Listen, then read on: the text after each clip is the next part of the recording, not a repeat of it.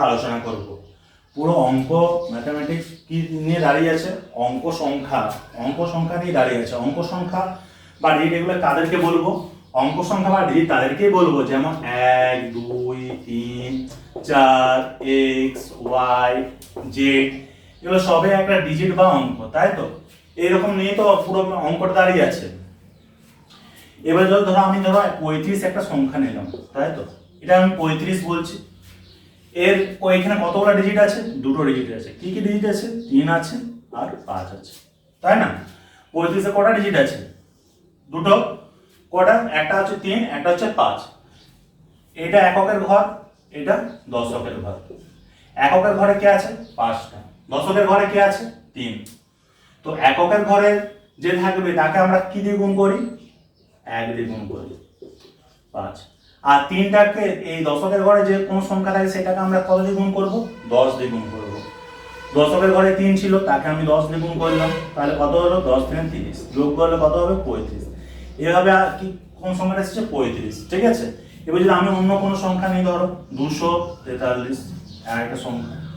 এই এককের ঘরে কোনটা? 3, দশকের ঘরে 4, শতকের ঘরে 2, তাই তো? তো এককের ঘর এখানে কটা ডিজিট আছে? 3টা ডিজিট, 2 4 3। এটা কিভাবে? 2 এর সাথে 200 100 গুণ করেছে, 200 হয়েছে। 4 এর সাথে 10 গুণ হয়েছে, 40 হয়েছে। আর 3টা যোগ করলে কত হবে? 243। তো এভাবে প্রত্যেকটা অঙ্ক সংখ্যাকে আমরা ভেঙে করতে পারি। এই অঙ্কের মধ্যে আবার 3 রকম সেট পাওয়া যায়। কোন কোন অঙ্ককে স্বাভাবিক সংখ্যা, কোনকে অখণ্ড সংখ্যা, কাউকে বা পূর্ণ সংখ্যা বলে। কি বললাম? পূর্ণ সংখ্যা। পূর্ণ সংখ্যা, সব সংখ্যাকে বলা হয় পূর্ণ সংখ্যা। মানে ধরো -1 -2 -3 -4, তারপরে 0, আবার 1 2 3, ঠিক আছে? সবগুলোকে ধরো ডট ডট ডট আরো অনেক সংখ্যা আছে, এগুলো সবকে কি বলবো? আমরা পূর্ণ সংখ্যা বলবো। এগুলো কি বলবো? পূর্ণ সংখ্যা। কিন্তু এগুলো থেকে যদি আমি ঋণাত্মক সংখ্যাগুলো বাদ দিই, এগুলো কি বলা হয়? ঋণাত্মক সংখ্যা। এগুলো কি বলা হয়? ধনাত্মক সংখ্যা। তো ঋণাত্মক সংখ্যাকে বাদ দিয়ে দিলে কি পাবো আমরা? অখণ্ড সংখ্যা। আমরা পাবো অখণ্ড সংখ্যা। অখণ্ড সংখ্যা তার মানে এখানে মাইনাসের কোনো মান থাকবে না। এখানে মাইনাসের কোনো মান থাকবে না। কি থাকবে? শুধু প্লাসের মান। আর জিরো সংখ্যাটাও থাকবে। জিরো সংখ্যা থাকলো আর প্লাসের মান থাকবে। এগুলোকে আমরা অখণ্ড সংখ্যা বলবো। আর স্বাভাবিক সংখ্যা কাদের বলবো? স্বাভাবিক সংখ্যায় জিরোর মান আবার থাকবে না, তখন সেটা হবে স্বাভাবিক সংখ্যা। তো স্বাভাবিক সংখ্যা এরকম আছে। স্বাভাবিক সংখ্যা কি? স্বাভাবিক সংখ্যা। স্বাভাবিক সংখ্যার ক্ষেত্রে জিরো থাকে না। তারপরে 1 2 3 4 5 ডট ডট ডট, ঠিক আছে? এখানে মাইনাসের মানও থাকবে, মাইনাসের মান থাকবে না, জিরো থাকবে না। তো 1 2 3 4 5 এগুলো কি বলবো? স্বাভাবিক সংখ্যা। স্বাভাবিক সংখ্যার সাথে যদি জিরো সংখ্যাটা অ্যাড করি তখন সেটা কি হয়ে যায়? অখণ্ড সংখ্যা। আর যদি আরো ঋণাত্মক সংখ্যাগুলোকে অ্যাড করি সেগুলো সব হয়ে যায় পূর্ণ সংখ্যা। তো স্বাভাবিক সংখ্যা, অখণ্ড সংখ্যা আর পূর্ণ সংখ্যা বোঝা গেল। এরপর আমরা মৌলিক সংখ্যা, যৌগিক সংখ্যা বুঝব। মৌলিক সংখ্যা, যৌগিক সংখ্যা। মৌলিক সংখ্যা যেসব সংখ্যার গুণনীয় কটা? দুটো থাকে, তাদেরকে কি বলবো? মৌলিক সংখ্যা। আর যৌগিক সংখ্যা যাদের গুণনীয়কের সংখ্যা 2 এর বেশি, যাদের গুণনীয়কের সংখ্যা 2 এর বেশি তাদের বলবো যৌগিক সংখ্যা। ব্যাপারটা কেমন? গুণনীয়ক কাকে বলে?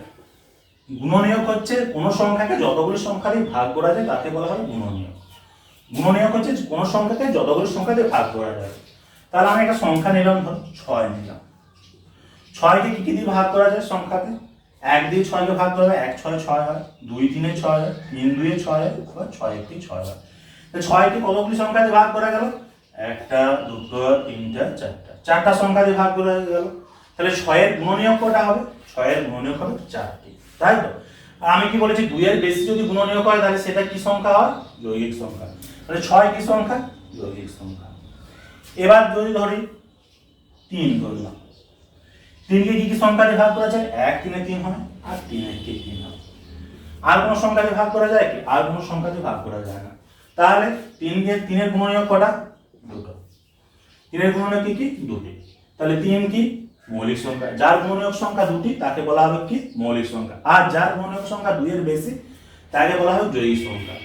তো 3, 5, 2, 2ও কি হচ্ছে? মৌলিক সংখ্যা। 2 কিন্তু যুগ্ম অথচ মৌলিক সংখ্যা, মানে 2 জোড় সংখ্যা, একমাত্র 2 এ একটি হচ্ছে জোড় অথচ মৌলিক সংখ্যার উদাহরণ যদি পড়ে তাহলে কি হবে? 2। এই যারা 29, 31 এগুলো কি? মৌলিক সংখ্যা। আর যৌগিক সংখ্যা 2 ছাড়া বাকি সব জোড় সংখ্যা বলে যৌগিক সংখ্যা। আর 10 এছাড়া 81 ধরতে পারো, 25 ধরতে পারো, এগুলো সবের কি হচ্ছে? গুণনীয়কের সংখ্যা 2 এর বেশি। 1, তো 1 সংখ্যাটা 1 মৌলিক সংখ্যা না যৌগিক সংখ্যা? 1 এর গুণনীয়ক কটা? 1 কে কি সংখ্যা দিয়ে ভাগ করা যায়? 1 কে কেবলমাত্র 1 দিয়ে ভাগ করা যায়। আর কোন সংখ্যা দিয়ে ভাগ করা যায় কি? 1 কে কোন সংখ্যা দিয়ে আর ভাগ করা যায় না, 1 দিয়ে ভাগ করা যায়। তাই 1 এর গুণনীয়কের সংখ্যা কটা? 1টি। তাই আমি কি বললাম? মৌলিক সংখ্যার গুণনীয়ক কটা হতে হবে? 2টি। আর যৌগিক সংখ্যার গুণনীয়ক কটা হতে হবে? সংখ্যা 2 এর বেশি। তো 1 এর গুণনীয়কের সংখ্যা কটা? 1। তাহলে 1 কে কি মৌলিক সংখ্যা বলা যাবে না, যৌগিক সংখ্যা বলা যাবে না। 1 কি? স্বাভাবিক সংখ্যা। তাই তো 1 মৌলিক সংখ্যাও নয়, যৌগিক সংখ্যাও নয়। তো মৌলিক সংখ্যা যৌগিক সংখ্যা বোঝা গেল। যার গুণনীয়কের সংখ্যা 2টি তাকে মৌলিক সংখ্যা, যার গুণনীয়কের সংখ্যা 2 এর বেশি তাকে বলা হবে যৌগিক সংখ্যা। এরপর পরস্পর মৌলিক সংখ্যা। পরস্পর মৌলিক সংখ্যা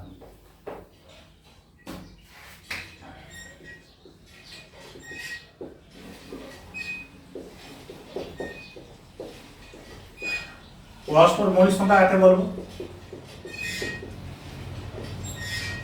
যাদের মধ্যে যদি কোনো কমন উৎপাদক থাকে বা একই যদি উৎপাদক থাকে তখন তাকে কি বলবো? পরস্পর মৌলিক সংখ্যা বলা যাবে না। বাকি যারা, যদি ধরো 5 আর 25 নিলাম, দুটো সংখ্যা, ঠিক আছে? তো 5 এর উৎপাদক যদি আমি করি, 5 কে কি সংখ্যা দিয়ে ভাগ করা যায়? 5 দিয়ে ভাগ করা যায়, 1 দিয়ে ভাগ করা যায়। 25 কে কি সংখ্যা দিয়ে ভাগ করা যায়? 5 5 25। তো 5 সমান আমি কি লিখতে পারি? 5 গুণিত 1, 25 সমান আমি কি লিখতে পারি? 5 গুণিত 5। তো দেখো এখানেও 5 আছে, এখানেও 5 আছে। তো এই দুটো কি বলতে, এই দুটো কিন্তু পরস্পর মৌলিক সংখ্যা হবে না, এগুলি পরস্পর মৌলিক সংখ্যা হবে না। কেননা কমন উৎপাদক আছে, কমন উৎপাদক থাকলে পরস্পর মৌলিক সংখ্যা হয় না। কিন্তু ধরো 13 17 যদি দুটো মৌলিক সংখ্যা নিই সেটা তো পরস্পর মৌলিক সংখ্যা হবে। কেননা 13, ওই 1 সংখ্যাটা ধরা চলবে না। 13 সমান কি? 1 গুণিত 13। 17 সমান কি? 1 গুণিত 17। এর মধ্যেও কি কোনো কমন উৎপাদক আছে কি? কমন উৎপাদক নেই। তাহলে এইগুলো কি বলা হবে? পরস্পর মৌলিক সংখ্যা। কিন্তু মৌলিক সংখ্যা না অথচ পরস্পর মৌলিক সংখ্যা, এটা হতে পারে। ধরো 25 নিলাম আর 6 নিলাম, ঠিক আছে? 25 এর উৎপাদক করলে কি হয়? 5 5 এ 25। 6 এর উৎপাদক করলে কি হয়? 2 3 এ 6। 25 কে 5 5 এ 25 হয়, 2 3 এ 6 হয়। এদের মধ্যে কোনো কমন সংখ্যা আছে? কমন নাম্বার আছে? কমন নাম্বার তো নেই। তাহলে 25 আর 6 কি বলতে পারি? পরস্পর মৌলিক সংখ্যা। যদি কমন উৎপাদক না থাকে তখনই আমি সেটাকে পরস্পর মৌলিক সংখ্যা বলবো। কিন্তু এখানে ধরো 25ও মৌলিক সংখ্যা নয়, 6ও মৌলিক সংখ্যা নয়। 25ও যৌগিক সংখ্যা, 6ও যৌগিক সংখ্যা, অথচ এই দুজন কি হচ্ছে? পরস্পর মৌলিক সংখ্যা। কেননা এদের মধ্যে কমন কোনো উৎপাদক নেই, মানে একই সংখ্যা দিয়ে এগুলো ভাগ করা যায় না। তাই এদেরকে কি বলা হচ্ছে? পরস্পর মৌলিক সংখ্যা। জোড় সংখ্যা, বিজোড় সংখ্যা। জোড় সংখ্যা যেসব সংখ্যাকে 2 দ্বারা বিভাজ্য বা 2 দ্বারা যেগুলোকে ভাগ করা যায় সেগুলো কি বলবো? জোড় সংখ্যা। আর যাদের 2 দ্বারা ভাগ করা যায় না তাদের কি বলবো? বিজোড় সংখ্যা। তাই তো 2 দ্বারা ভাগ করা যায় 2 4 6 7 8, এই 7 8 9 8 10 সবগুলো হচ্ছে জোড় সংখ্যা। আর বিজোড় সংখ্যা 1 3 5 7 এগুলো সবই কি হচ্ছে? বিজোড় সংখ্যা। এবার চলরাশি, ধ্রুবক রাশি। চলরাশি জিনিসগুলো কোন বলুন? চলরাশি হচ্ছে x y z, এগুলো কি বলা হয়? চলরাশি। যাদের মান পরিবর্তন হয়, যাদের মান পরিবর্তন হয়, x y z এগুলো কি বলা হয়? চলরাশি। আর ধ্রুবক রাশি যেগুলোর মানগুলো পরিবর্তন হয় না। ধ্রুবক রাশি যেগুলোর মান পরিবর্তন হয় না, যেমন 1 2 3 4, এগুলো কি কোনো মান পরিবর্তন, কোনো সংখ্যার যদি মান হয় 3 সেটা পরিবর্তন হবে কি, সেটা পরিবর্তন কোনো হবে না, ঠিক আছে। আর এক্স বলে কোনো মান বোঝায় না, তাই তো, কোনো মান বের করতে হয় আমাদের, কোনো সংখ্যার মান যদি বলি এক্স, সেটা তো পরিবর্তন হবে কি, কেননা তার মানটা বের করতে হবে। তাহলে চলরাশি, ধ্রুবক রাশি বোঝা গেল। এরপর কি আছে, এরপর আমরা দেখি পরম মান, স্থানীয় মান। পরম মান, স্থানীয় মান কোনগুলো?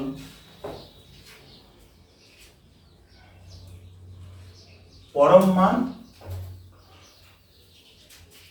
স্থানীয় মান। পরম মানকে বলা হয় ফেজ ভ্যালু। পরম মানকে কি বলা হয়? Phase value. আর স্থানীয় মানকে বলা হয় প্লেস ভ্যালু। স্থানীয় মানকে বলা হয় প্লেস ভ্যালু। ফেজ ভ্যালু মানে কি?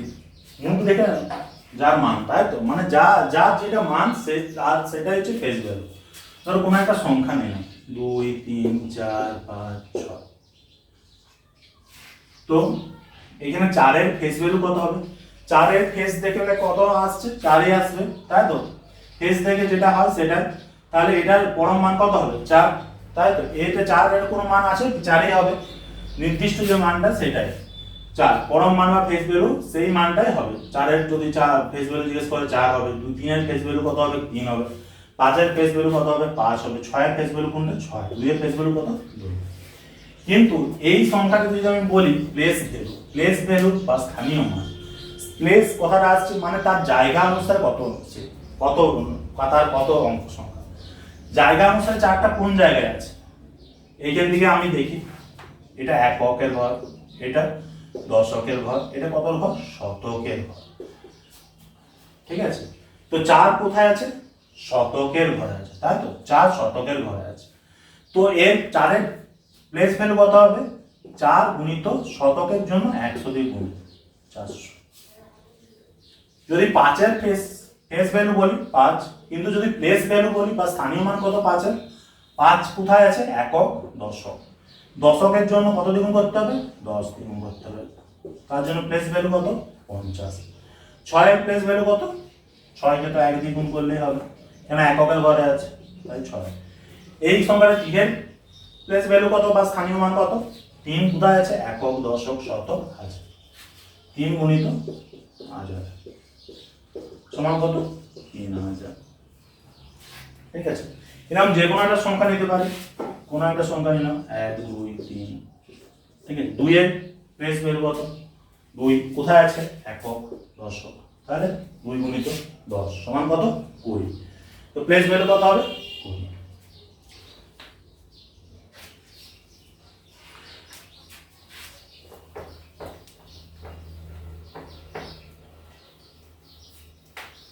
এরপর মূলদ সংখ্যা, অমূলদ সংখ্যা। মূলদ সংখ্যা, অমূলদ সংখ্যা কোনগুলো?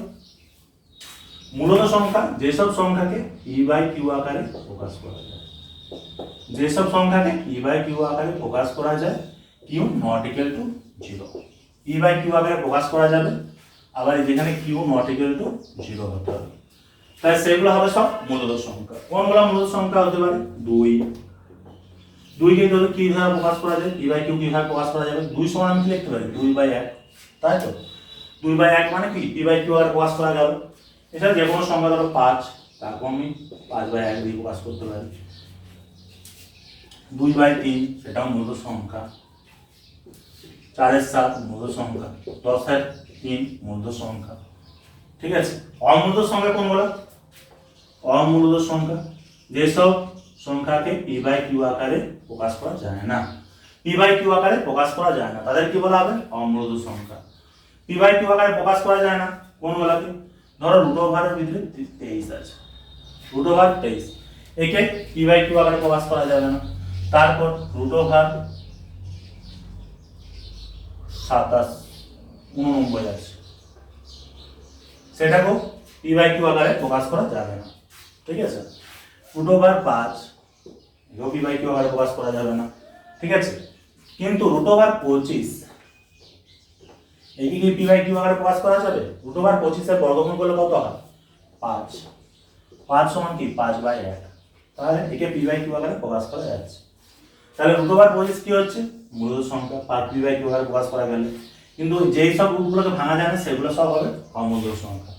যেসব রুটগুলোকে ভাঙা যায় না সেগুলো কি হয় অমূলদ সংখ্যা, আর যেসব রুটগুলোকে ভাঙা যায় সেগুলো হয় মূলদ সংখ্যা।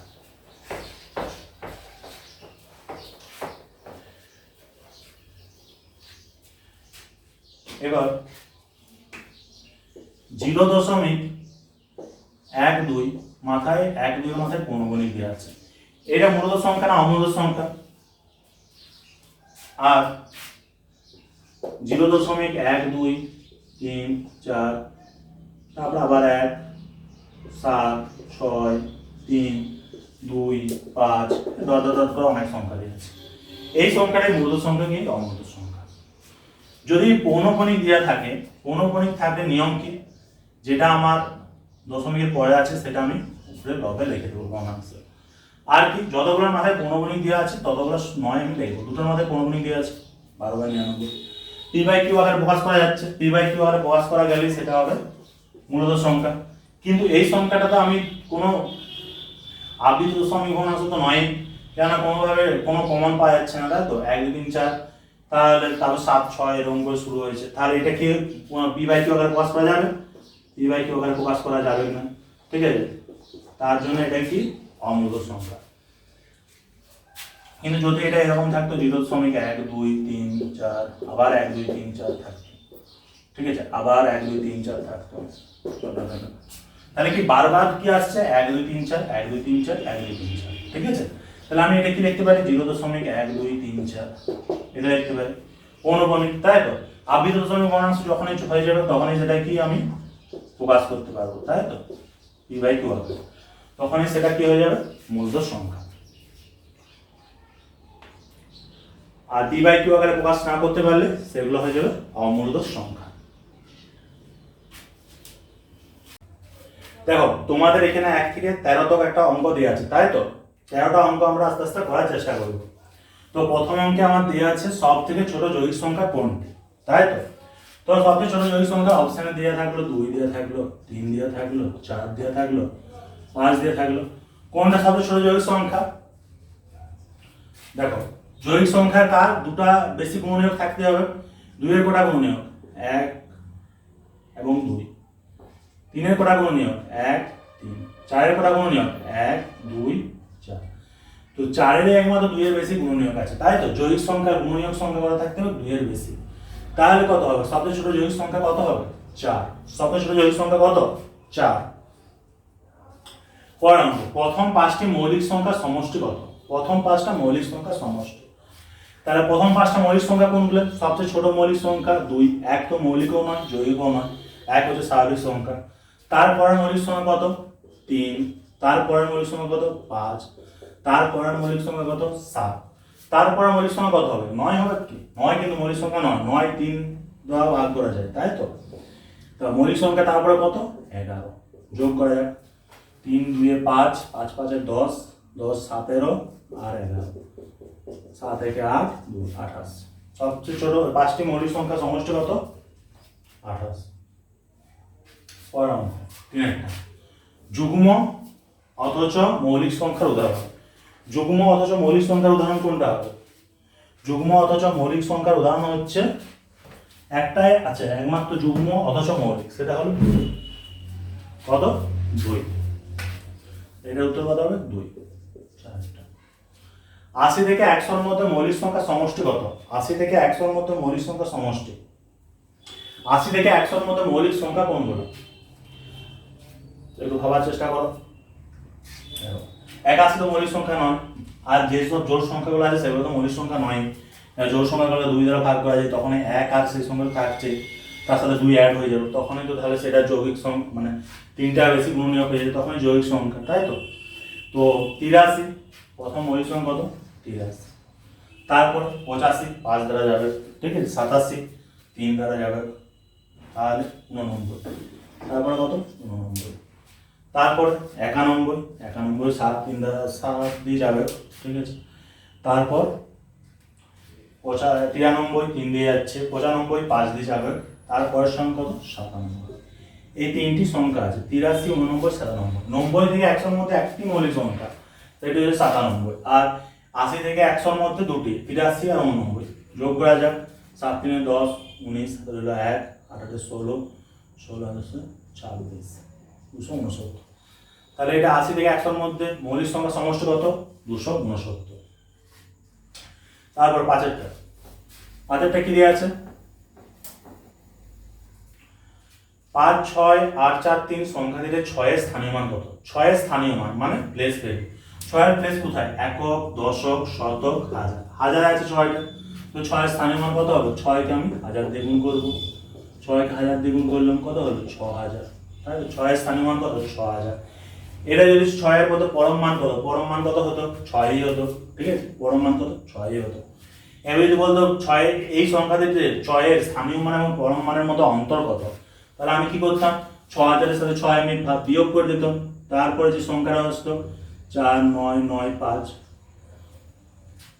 অন্তর বললে এটা পড়তো। ঠিক আছে, যেহেতু এটা স্থানীয় মান দিয়ে আছে শুধুমাত্র 6, তাহলে অ্যান্সার কত?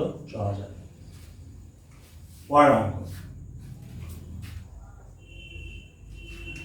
6টা a, b, c, x, y, z 26টি স্বাভাবিক সংখ্যা হলে x, a গুণিত x মাইনাস a গুণিত x মাইনাস b গুণিত x minus c x minus y x minus z এর মান কত?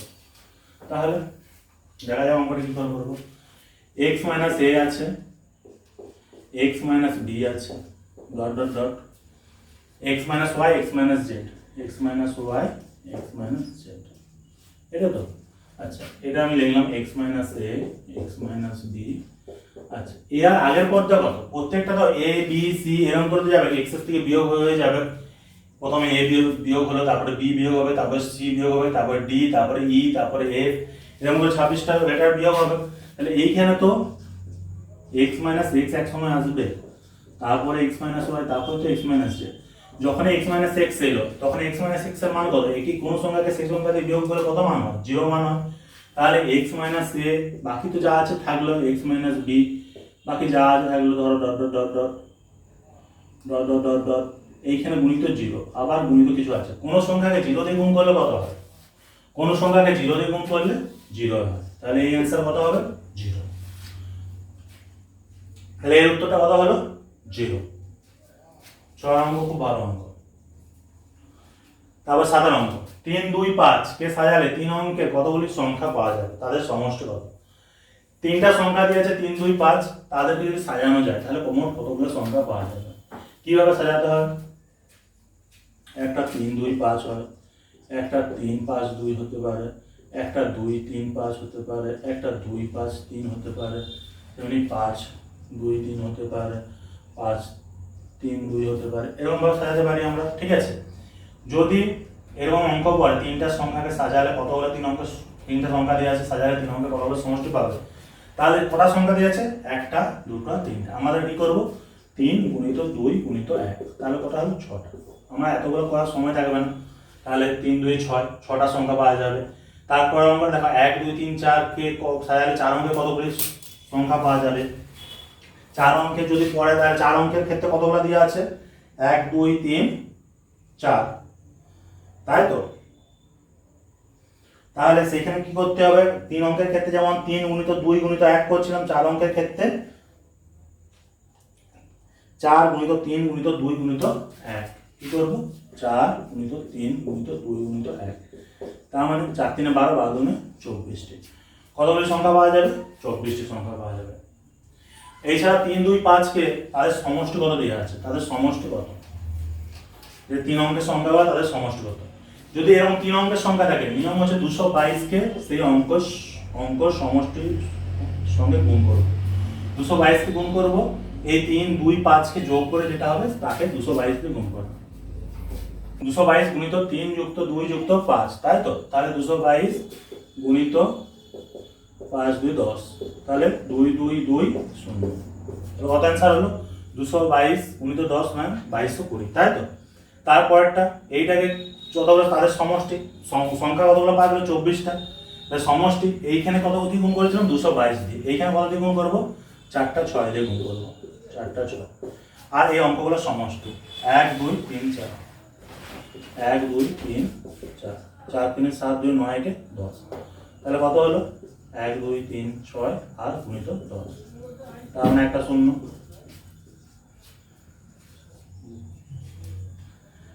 আর পরের অঙ্ক 9টা, 9 8 5 0 কে সাজালে 4 অঙ্কের কতগুলো সমষ্টি পাওয়া যাবে।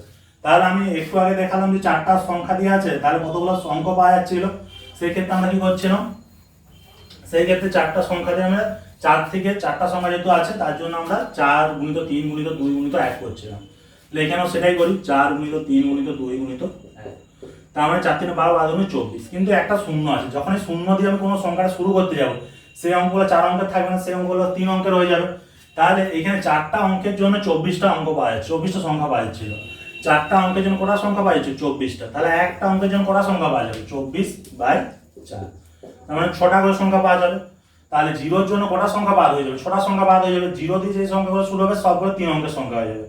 তাহলে এখানে 24টার বদলে কটা সংখ্যা পাওয়া যাবে, 24 থেকে 6 বিয়োগ করবে, 0 এর জন্য 6টা সংখ্যা বাদ হয়ে গেল, 18টা সংখ্যা পাওয়া যাবে। কটা সংখ্যা পাওয়া যাবে 18টা। তারপরটা